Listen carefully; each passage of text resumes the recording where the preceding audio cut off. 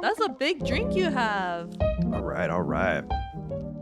Hey, everybody. Welcome back to the Couchbusters podcast. This is episode 3. Crazy that we made it past 1 and 2, to be honest. Woo woo. Yeah, just about a month ago, this was all just like a fever dream. I know. And now here we are with about a couple hundred views on our first podcast. Isn't that unbelievable? Yeah, I don't know who's watching, but thank you. I mean, I do know some of you guys, and we really appreciate it because we thought we would get like 12 views. I think at most like 12 views. Yeah. Yeah. So we're blown away. Please keep watching. Yeah, definitely not me refreshing it about a couple hundred times Yeah. to listen to it I did it over like and over maybe again. another 100 too. Yeah, so there we go. That's all our views right there. Well, thank you guys so much for tuning in. It's been really a treat to be able to provide you, I think, our hope, some entertainment value. So thank you so much. You guys are giving us the encouragement and the spark to continue doing whatever it is we're trying to do here. Having fun. Yeah. Having conversations that are deep and good. So did you hear any feedback from episode 1 in regards to like some of our New Year's resolutions and stuff?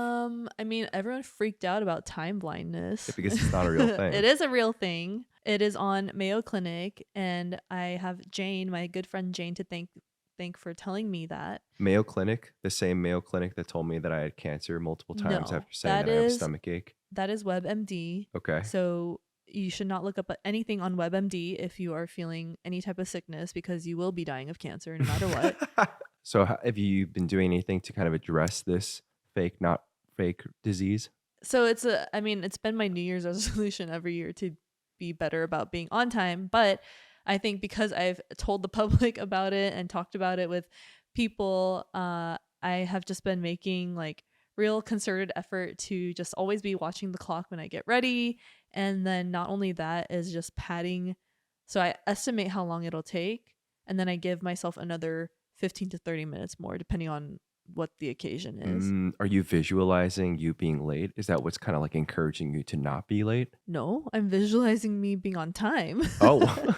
And making sure I stay on track. You know, you've actually been doing a great job, because last week, Yes, you know, it was the I've been first doing time better. where we were late because of me to church. There's been a couple times, but yeah. First and only.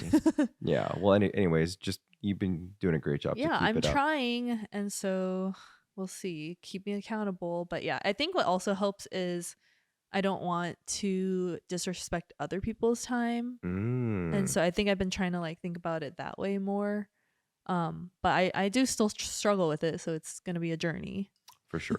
Please keep her accountable, as I will be doing. Yes. For episode 3, kind of wanted to give the audience a little taste of the creative side of us, because we're both self-proclaimed creatives. And, you know, being a creative yourself, it was like one of the things that really attracted me to you in the beginning, and it still really attracts me right now. Like, what you want to give the audience kind of like a spiel of what we do for work, because we're in the same industry. Yeah, we are. Yeah, we are both UX designers. Dave leads a team. I am on a team. We work in different companies, and he's always been kind of like in the tech realm, right? Being a developer at first, and then going from that to being a product manager, and now you've like switched into UX design fully.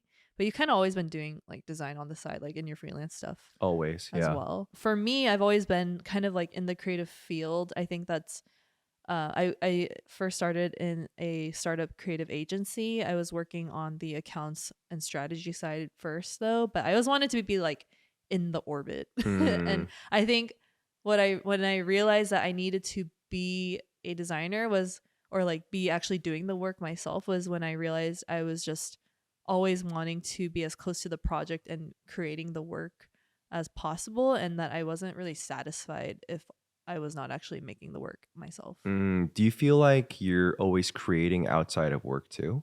I think to some degree. I think if I'm not, I was thinking about this the other day, but if I'm not creating to some degree, or like doing something new, learning something new, I think I feel very dissatisfied with myself. And I feel very like, yeah, just not, I don't think I have a high self-esteem. And I realize that I think it is correlated to when I am either producing something that I'm creating, like Mm-hmm. even if it's like a stupid TikTok clip or like a Mm-hmm. series of TikTok clips that Your I'm TikToks have been blowing up, right? You've been no, they're getting hit not up. blowing up.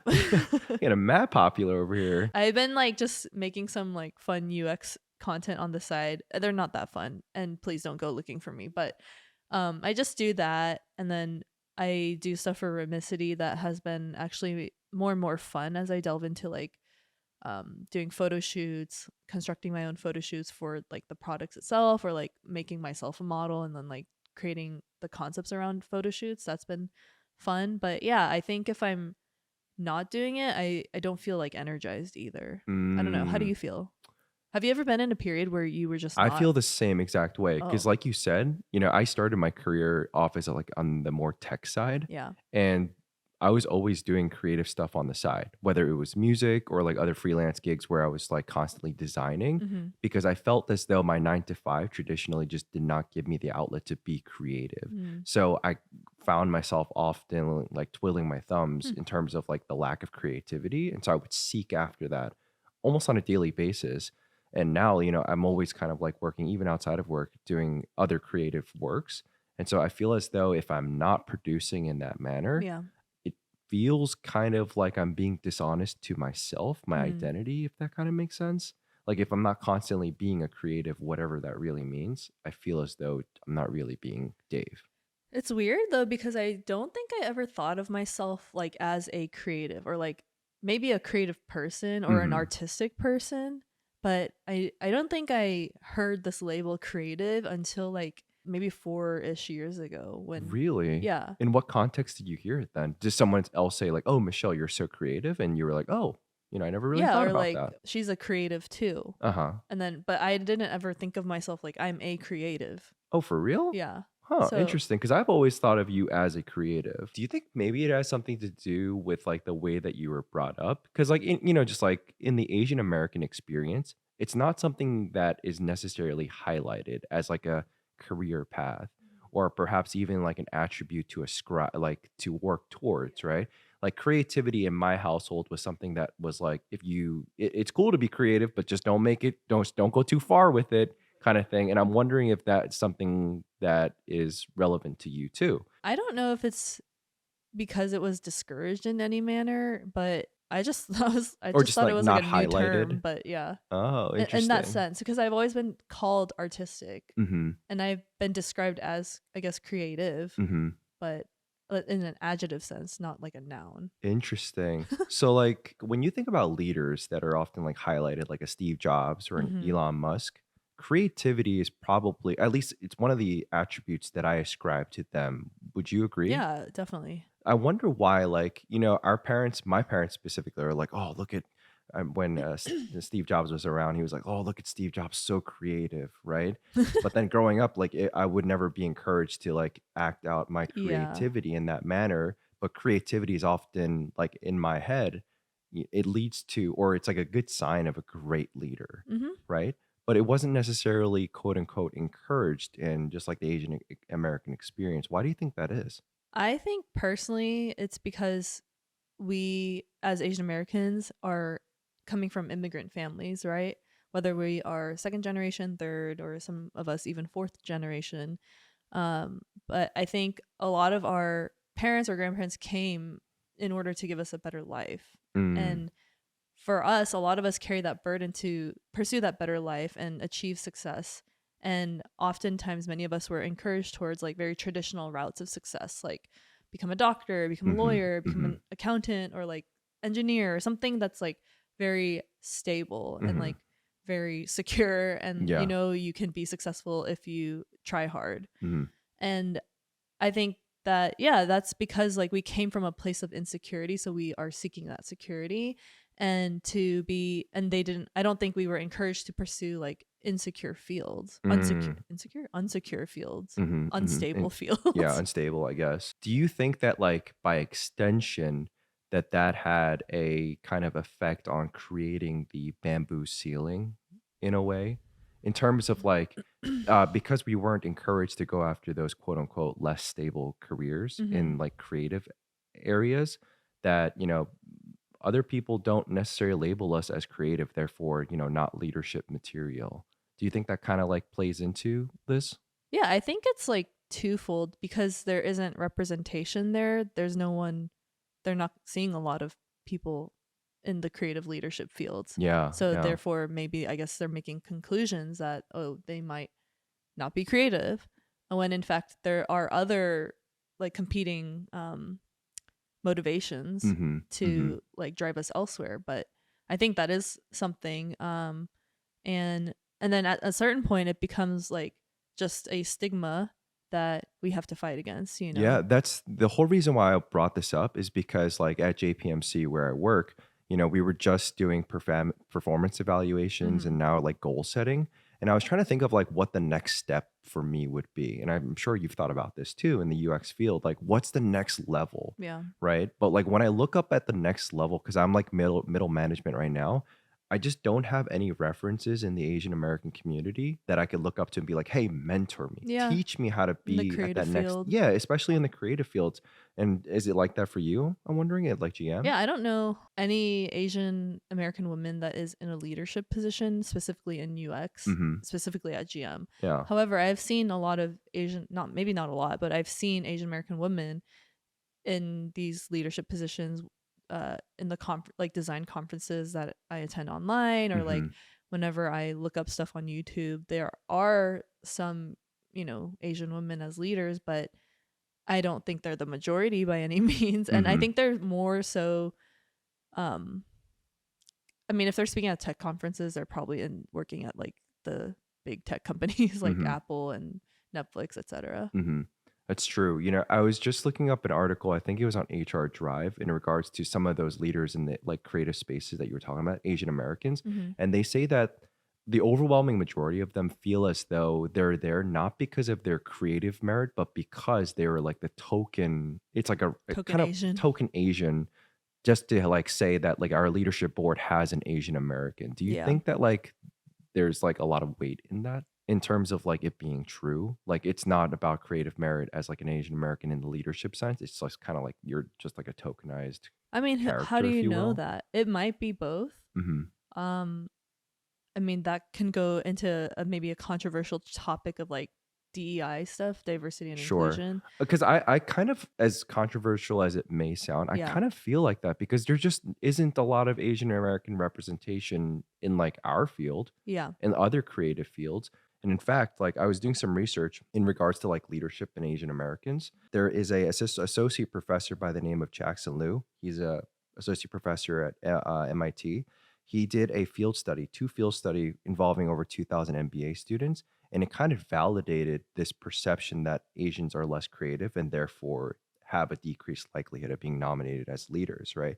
So, and those findings were consistent even after considering factors like assertiveness, motivation, and demographics. So, out of 2,000, MBA candidates, they just consistently ranked Asian Americans as being less creative and kind of just as a result not being leaders. Do you think like if what we're kind of reading in the research is true and we are perceived to be less creative, therefore less like quote unquote deserving to be leaders, that we can ever really excel and be like leadership material? Yeah. I think it'll be hard Hmm. to pave the way, but I don't think that it's impossible. I just think that it is. I think we need to be self-aware in the fact that there is less representation and possibly this, and I guess the stigma according to this person's research, and take that into account as we take steps towards achieving those leadership positions, and Mm, maybe even feeling more so the burden and responsibility to be in those leadership positions for representation. Do just you like think the Asian next steps of my Americans? career kind of thing. I was gonna ask if you think Asian Americans are actually less creative I right don't think now. so at all. Nor do I think that our, Not inherently, yeah. not as like people when we're born, but Hmm. just like the population right now.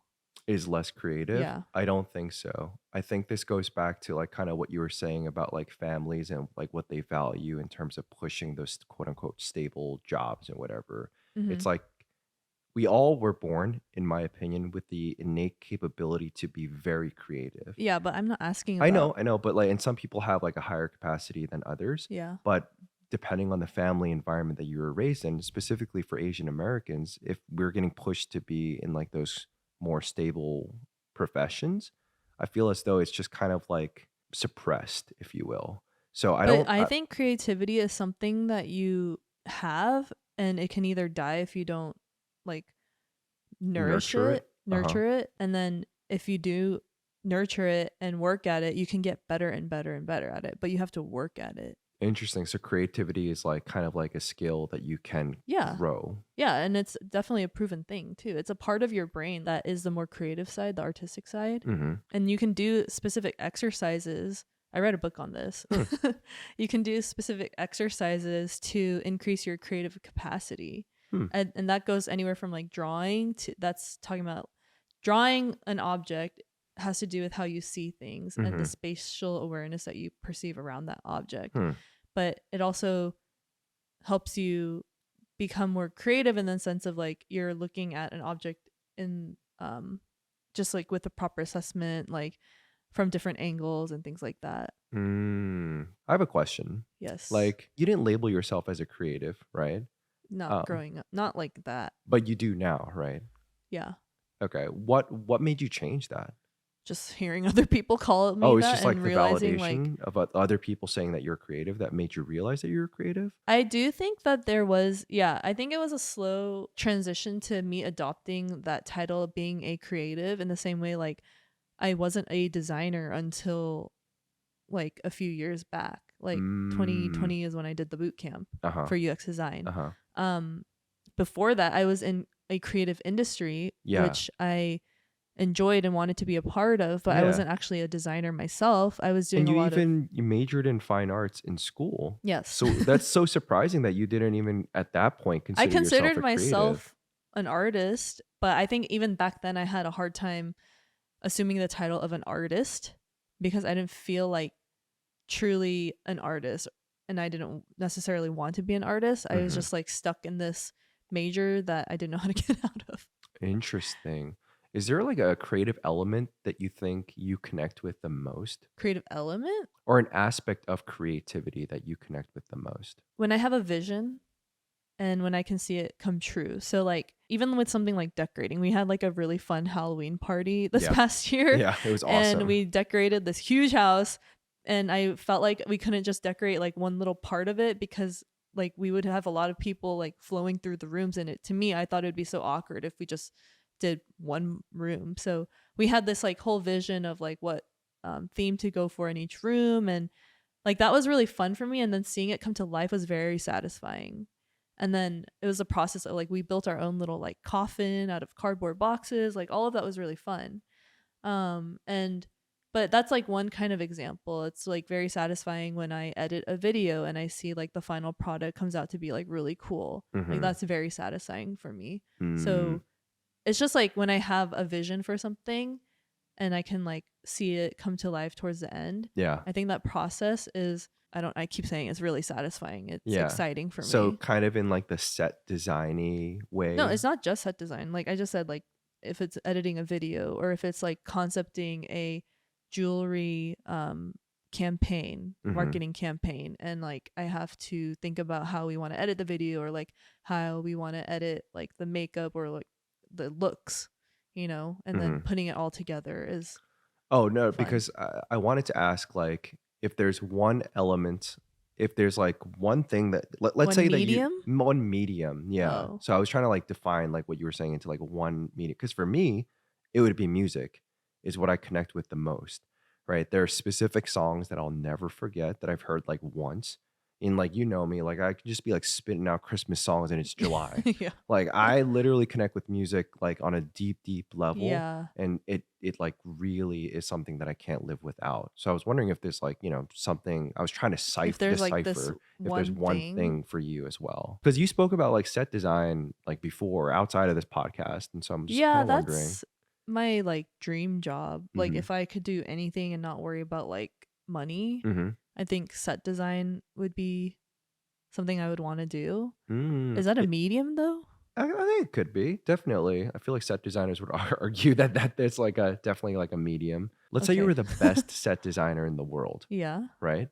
The best undisputed set designer in the world, the top, right? Mm-hmm. But you were never recognized until you died. Would you do it? Am I poor or am I rich? Straight up Vincent Van Gogh. Like I'm starving? You're, there's nothing. You have nothing going on like materially in your life. But you are the best set designer. Nah. No, no, you I wouldn't. wouldn't do it. I don't want to suffer in my life. Yeah. Okay. I So, mean, Van Gogh, if he's Christian, happy in heaven, but if not, I don't, that's unfortunate for him. uh-huh. But yeah, I don't want to like suffer, but I think that's why I didn't ever call myself an artist. I don't have this Interesting. like undying need to just create Uh-huh. out of thin air with just as a means to express something or explore an idea that's deep within me that I can't let go of. And that is what Mm. I think artists do. For me, that's why UX design is such an ideal job for me, because it combines like reason and logic, and there's like purpose to it, and you can also be like creative with it. Like there's a visual design that component that you create, and it can look good at the end of it too. Going back to kind of what you said about family, like Asian American families, right? And them not like or like pushing kids to go into those less stable Hmm. careers. Was there something early on in like your childhood that you wish that you kind of like never gave up in the creative realm? Or something that was like you remember that was like your parents were like, "Oh, you don't have to do that anymore." Not really. I mean, I wish I didn't quit piano. Yo, me too. That's like the biggest dream ever. Like going into a hotel that I has a know. grand piano, you'd be like, let me bust on you fools. I Just, know. you know, like Like that would be that. my tune. I'd be like, but it would be really You good. have a weird piano. Yeah, yeah. It's a badass piano. And Yeah, I bust mean, out I that wish solo. I had that skill, but honestly, okay, I think it made room for me to continue spending more time doing art, which Hmm. I did enjoy, but I just don't think I wanted to be an artist at the end of the day. Hmm. And then it gave me more time to play sports. Yeah, So I don't like really, I mean, I wish I could play piano, but like it's not the worst thing ever. gotcha. The way you define like creativity or artistry is just like so interesting to me. Why? How do you define it? Because I think that, like, for me, art is just an expression of life. Just it's like an extension of life in and of itself. So you don't necessarily need to be doing something above and beyond for you to be creating art. Hmm. That's just how I've always defined it, which is the reason why, like, I find so many people in my mind can be artists because they're just expressing themselves in a unique manner, right? They can be artists, but maybe not great artists. Maybe not great artists, but again, that goes back to what I was saying about having the innate capacity to be a creative. Everybody, I feel as though, has that ability Yeah. to expressively, uniquely express themselves through art. Yeah. Well, very interesting. I'm very excited to see like what happens in the next few years in our UX careers because like here's the thing. Again, like I don't have any like Asian American people to look up to. So and you it sounds like you don't either. Hmm. So we could be setting the precedent for our companies in That's a very true. in a weird way, right? And I feel as though a lot of people that are listening right now, they also might be in a similar boat. Depending on the career that you're in, you may be the one to set the precedent for Asian Americans and the future of Asian American representation. So it's kind of this weird, almost awesome responsibility that I feel at least. Do you feel that?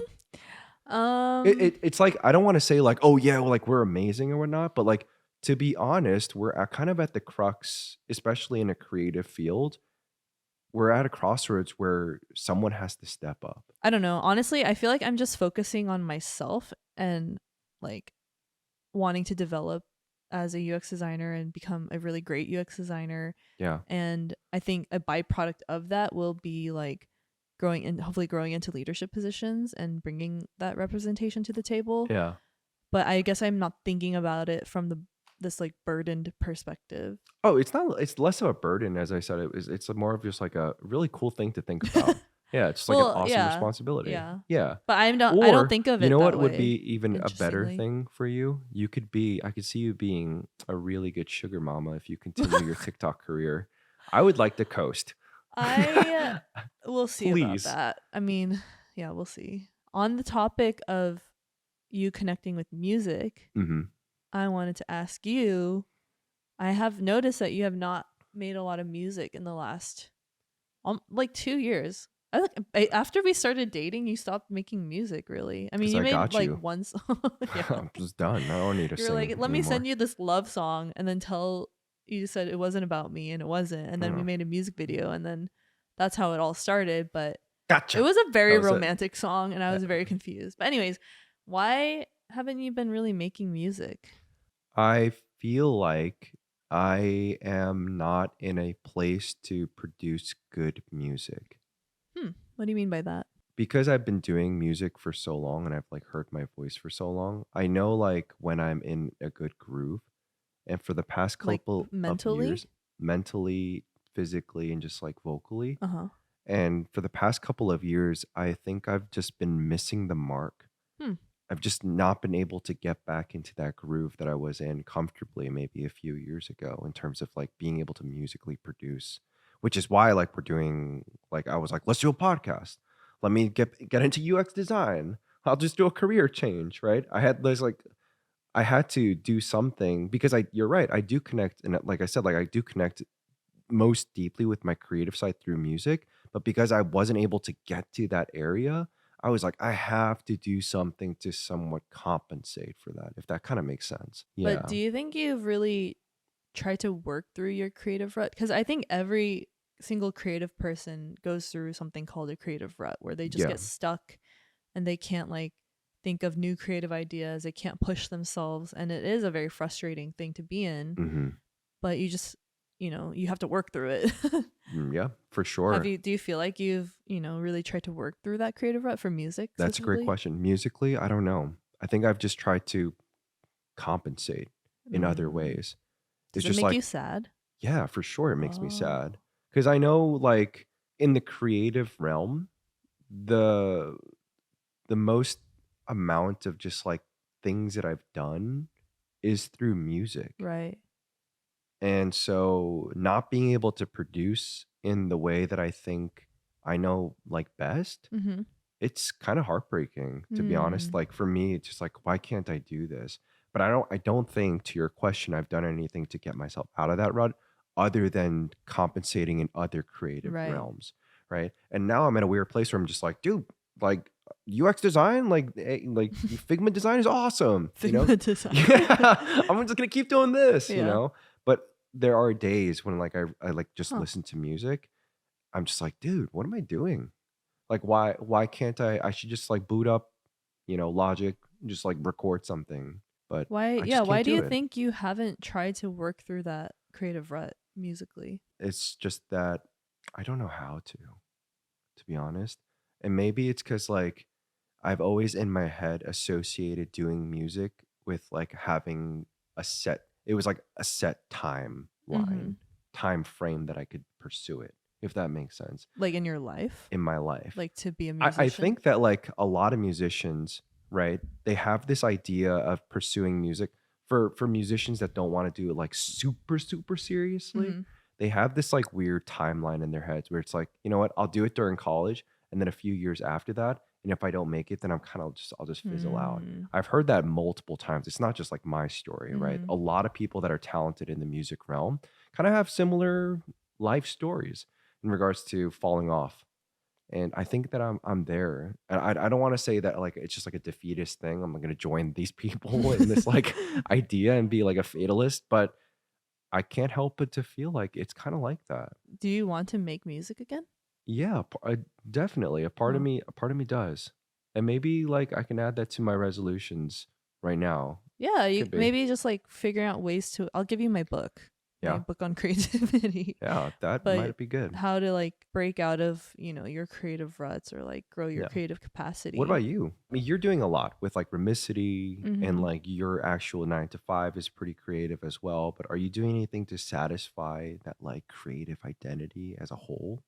You know, one thing that really does give me joy, which sounds like silly to say it out loud, but the ones who will get it will get it. I find a lot of joy in like putting looks together, like head to toe looks. It's the outfit, yes, but it's the entire like style that goes into creating one look. So it's like the accessories, it's the makeup. Some people I know just have the same makeup look, which is not a bad thing, but they have their makeup routine down. But for me, I find it very necessary to like match my makeup look to like the kind of outfit that I'm doing. If I'm like going for a specific look and like the kind of hair that I want to have with that look. And again, it sounds like very superficial, but for me that's creation, and that brings me joy because I get very excited when I can like reimagine one of my shirts or like my pants in a different way that I've never worn, or put like two different things together that I've never done before. Yeah.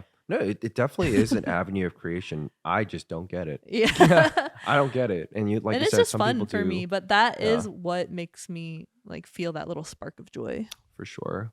Well, to finding our sparks of joy again for whatever creative element that we choose to pursue, right? Absolutely. Cheers. Okay. Let's move to the final segment of our podcast, which is always going to be capped off with Let's Get Deep. Friends edition. Friends edition. All right. Let's take 5 cards, right? 5? Yeah. And then you get to choose because it gives you a variety, right? Gives you a variety to choose from. Again, what we're doing is playing an abridged version and a different kind of version actually with these 5 cards.